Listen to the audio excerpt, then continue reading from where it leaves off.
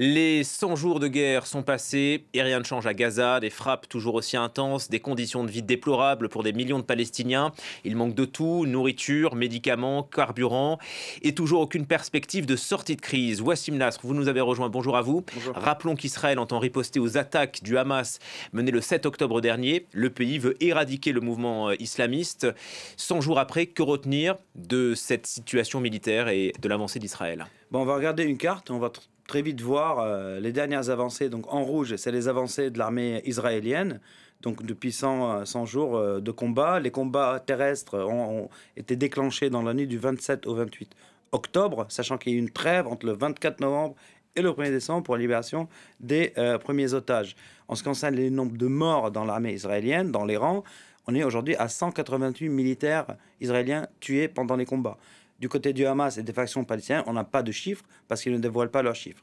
Et on voit bien les zones où il y a le plus de combats, sachant que les zones rouges ne sont pas des zones de contrôle à partir, excepté les zones qui jouxtent vraiment la frontière israélienne, que toutes les zones rouges sont plutôt des zones de combat et de affrontement avec le Hamas et les autres factions. La ligne jaune qu'on voit, c'est une ligne d'évacuation de civils vers la petite zone en vert clair qu'on voit qui a été déclarée par Israël comme une sorte de safe zone ou de zone humanitaire. Donc quand on imagine le nombre de personnes qui doivent se rassembler là-bas, on voit que bon, c'est pas une mince affaire. En bas à gauche, c'est ça de l'enclave, hein, voilà, toute petite sur la zone. côte, exactement, sur la côte.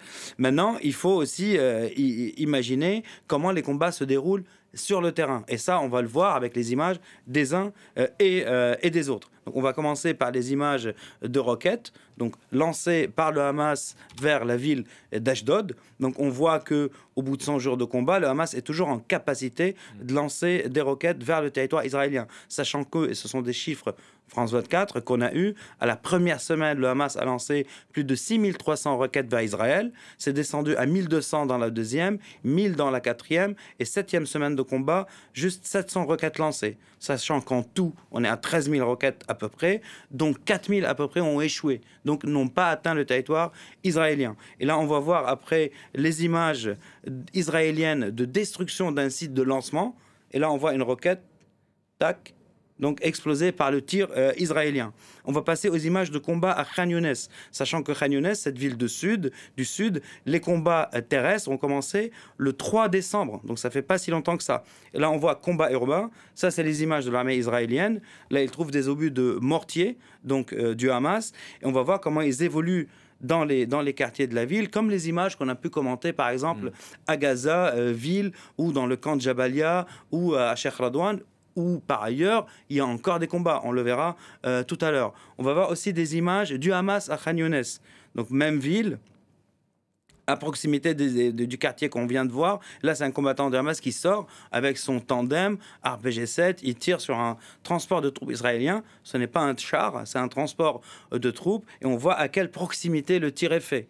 Après, le tir est fait à cette distance parce que c'est les distances à laquelle les défenses du transport de troupes ne sont pas activées, sachant que pour que la charge tandem de l'RBG-7 soit activée elle-même, il y a besoin de 150 mètres. Donc chaque tir ne signifie pas destruction. Ça, il faut le savoir. Tous les tirs ne mènent pas à la destruction du char, des fois à l'immobilisation, des fois à rien du tout. Ça dépend par où le char est impacté. Donc ce sont les images du Hamas qui essayent d'obstruer l'avancée des forces israéliennes. Et là, on voit un tir d'en haut, parce que c'est camouflé et parce que d'en haut, les défenses des transports de troupes, qu'on voit ici à Namer par exemple, sont les moins efficaces. Voilà. On va voir des images de ça maintenant de Khan Younes aussi.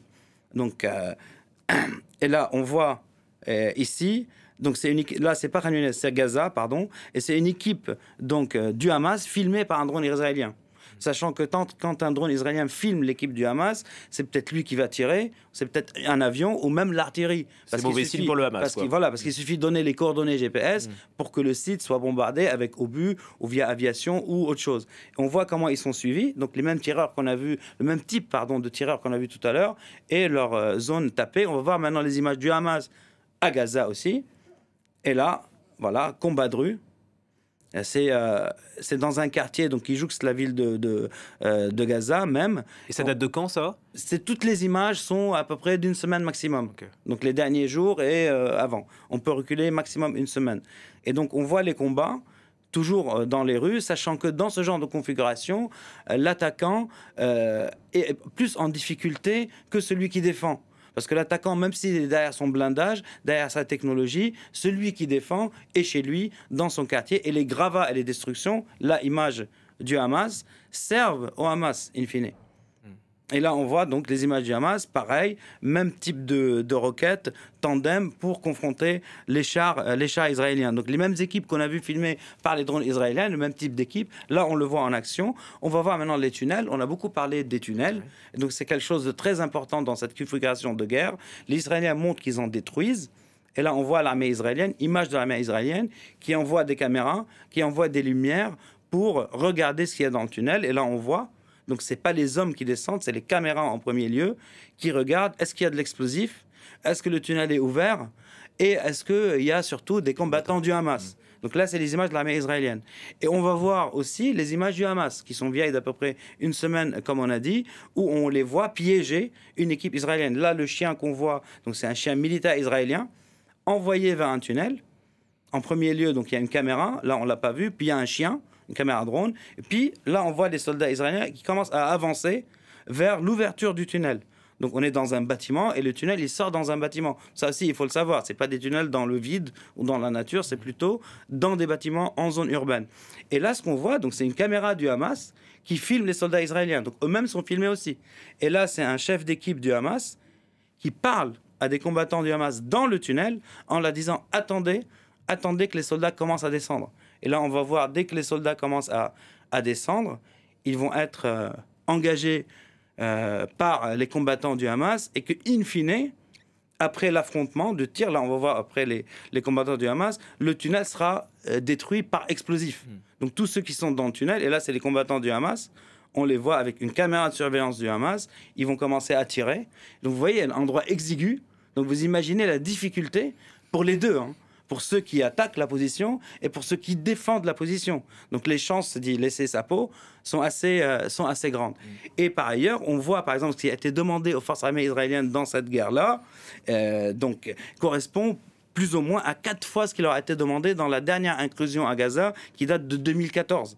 En 2014, on leur a demandé de rentrer juste de 3 kilomètres dans Gaza, de détruire les infrastructures du Hamas juste à profondeur de 3 km. Ils n'étaient pas rentrés dans les villes en profondeur. L'opération avait duré 20 jours, 66 morts pour Tsahal. Donc, suivant la même logique d'attrition chez Tsahal aujourd'hui, on peut imaginer que le Hamas aussi paye le prix fort parce qu'en 2014, il n'était pas touché dans ses infrastructures stratégiques au cœur même des villes, ni économiques. Hein. La population n'a pas eu ce même exode et surtout, et c'est un point très important, les commandants importants du Hamas n'ont pas été ciblés à l'extérieur de Gaza. Là, on sait par exemple qu'un des importants commandants du Hamas, mais si ce n'est pas le plus important, Harouri, a été tué au cœur même de Beyrouth. Donc on est dans une autre phase du conflit entre les deux groupes. Magnifique travail de recherche. C'est vrai qu'on se focalise beaucoup sur les bombardements, sur les raids, mais on voit bien que là, qu'il y a un face-à-face et cette guerre urbaine qui se poursuit. Voilà pour Gaza. On parle aussi beaucoup de la régionalisation du conflit, le conflit qui tend à s'étendre. Vous parliez du Liban. Est-ce qu'on y est ou pas ? On a beaucoup parlé de ça, effectivement. Donc c'est une grande crainte aujourd'hui, mais il faut imaginer que plus le temps passe, plus ça joue en faveur du Hamas, qui a l'air de tenir face à la machine de guerre israélienne. Donc, l'heure tourne pour l'effort de guerre israélien. Il faut qu'ils arrivent à des résultats rapidement. Ce n'est pas par peur de la régionalisation qui a déjà eu lieu depuis le 8 octobre, hein, parce que le Hezbollah est engagé depuis le 8 octobre dans les combats. Il a perdu plus de 150 de ses effectifs, même des certains commandants assez importants dans les hiérarchies. Il fixe un bon nombre des militaires israéliens au nord d'Israël. Toutes les localités au nord d'Israël ont été évacuées. Donc ça a un vrai impact, en fait, militaire. On sait aussi que les milices irakiennes, chiites, tapent les bases américaines de manière assez régulière, que ce soit en Irak ou en Syrie. On a vu ce que les Houthis ont fait, donc la régionalisation, on y est. Mais le gros problème qui est posé aujourd'hui par par le maintien de ce rythme, on va dire, de cette guerre, il est posé pour les régimes de la région, pour les régimes arabes de la région, parce qu'ils ont peur d'un sursaut, on va dire, populaire qui met à mal leur propre pouvoir. On parle de l'Arabie Saoudite qui était engagée dans un processus de paix avec Israël. On parle de l'Égypte de Sisi qui maintient la frontière fermée avec Gaza. Combien de temps ça va durer? On parle de la Jordanie qui sécurise aussi sa frontière avec la Cisjordanie. Combien de temps ça va durer? On voit aussi que chacun essaie de tirer les choses vers lui. Donc les Houthis ont aussi des velléités propres, le Hezbollah a des velléités propres, et on voit que les soutiens habituels d'Israël, donc les pays occidentaux, ont aussi leurs propres calculs. On rentre dans une période d'élections américaines. Il y aura des élections européennes ici en Union européenne. Donc ceux qui soutiennent, qui ont soutenu, on va dire, Gaza depuis le premier jour, sachant que encore il y a 137 otages, donc 4 otages français. On voit la dernière déclaration du président Macron à ce sujet il y a quelques heures, mais on voit aussi que la diplomatie française commence à dire attention, on va trop loin. Il faut arrêter, il faut trouver une solution. Parce que ce rythme de guerre ne peut profiter qu'au Hamas et d'éroder le capital politique d'Israël. Et si à un certain moment, les décideurs occidentaux commencent à voir que c'est un poids pour eux en interne, l'équation pourrait changer, surtout avec la guerre en Ukraine qui continue et l'idée du 2 poids, 2 mesures au niveau international. Donc la régionalisation, on y est depuis un bout de temps. Maintenant, c'est l'internationalisation et l'impact à l'international sur surtout les soutiens d'Israël qui est en jeu. Les faits, les images, les vidéos et l'analyse avec Wassim.